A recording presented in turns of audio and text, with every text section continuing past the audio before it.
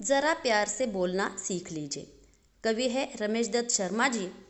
उनका जन्म हुआ है 1939 जलेसर में और उनकी मृत्यु हुई है 2012 में।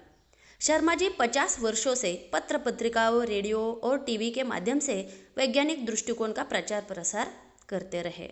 आपको विज्ञान लेखन में दर्जन से अधिक पुरस्कार भी मिल चुके हैं। इस पद्य में उन्होंने गज़ल के शेरों में प्रेम से बोलना, सही समय पर बोलना, बोलने से पहले विचार करना, आत्मनियंत्रण रखना, मधुर भाषी होना आदि गुणों को अपनाने के लिए प्रेरित किया है। आपका मानना है कि हमेशा होठ सीकर बैठना उचित नहीं है, आवश्यकता अनुसार आक्रोश प्रकट करना भी जरूरी है। देखिए प्रत्यक्ष में हम कविता देखते हैं।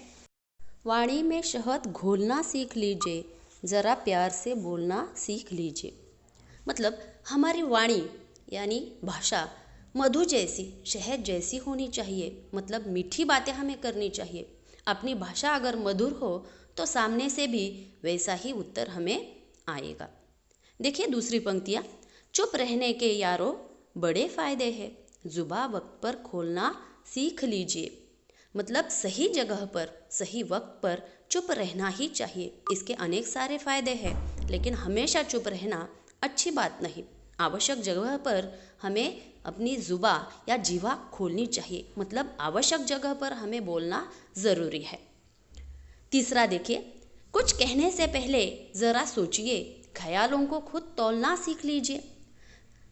शब्द शस्त्र जैसे होते हैं, इसीलिए कुछ बोलने से पहले ज़रा सोच विचार कर बोलना चाहिए, क्योंकि बोलने के बाद अगर दूसरों का दिल हमारी वजह से दुखे तो विचार करना ठीक नहीं। इसीलिए पहले विचार करो और फिर बोलो, इसके परिणाम भी अच्छे आएंगे। आगे देखिए, तू तड़ाक हो या फिर हो तू मैं, अपने आप को टोकना सीख लीजिए।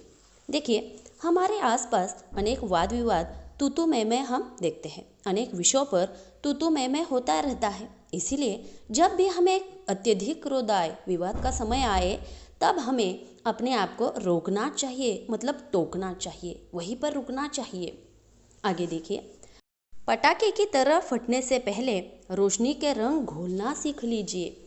अनेक लोगों को झट से क्रोध आता है, लेकिन ऐसा करने से पहले हमें रोशनी की तरह सही मार्ग दिखाने का प्रयास करना चाहिए।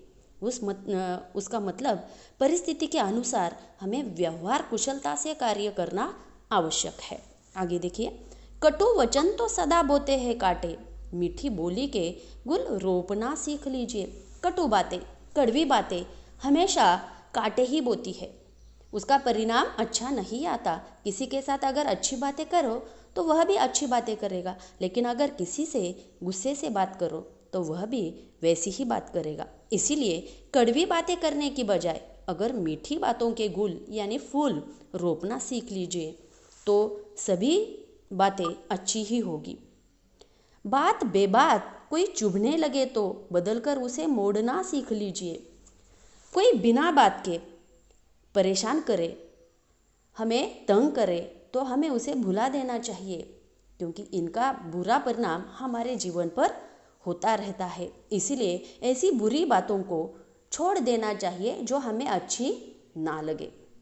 ये किसने कहा, होठ सीकर के बैठो, ज़रूरत पे मुंह खोलना सीख लीजिए।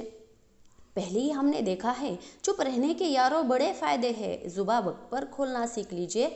उसी प्रकार चुप रहने के ढेर सारे फायदे हैं, लेकिन हर समय पर होठ सीकर मतलब होठ सिलकर चुप बैठना ज़रूरी नहीं है।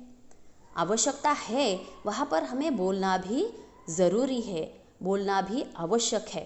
ठीक है, धन्यवाद।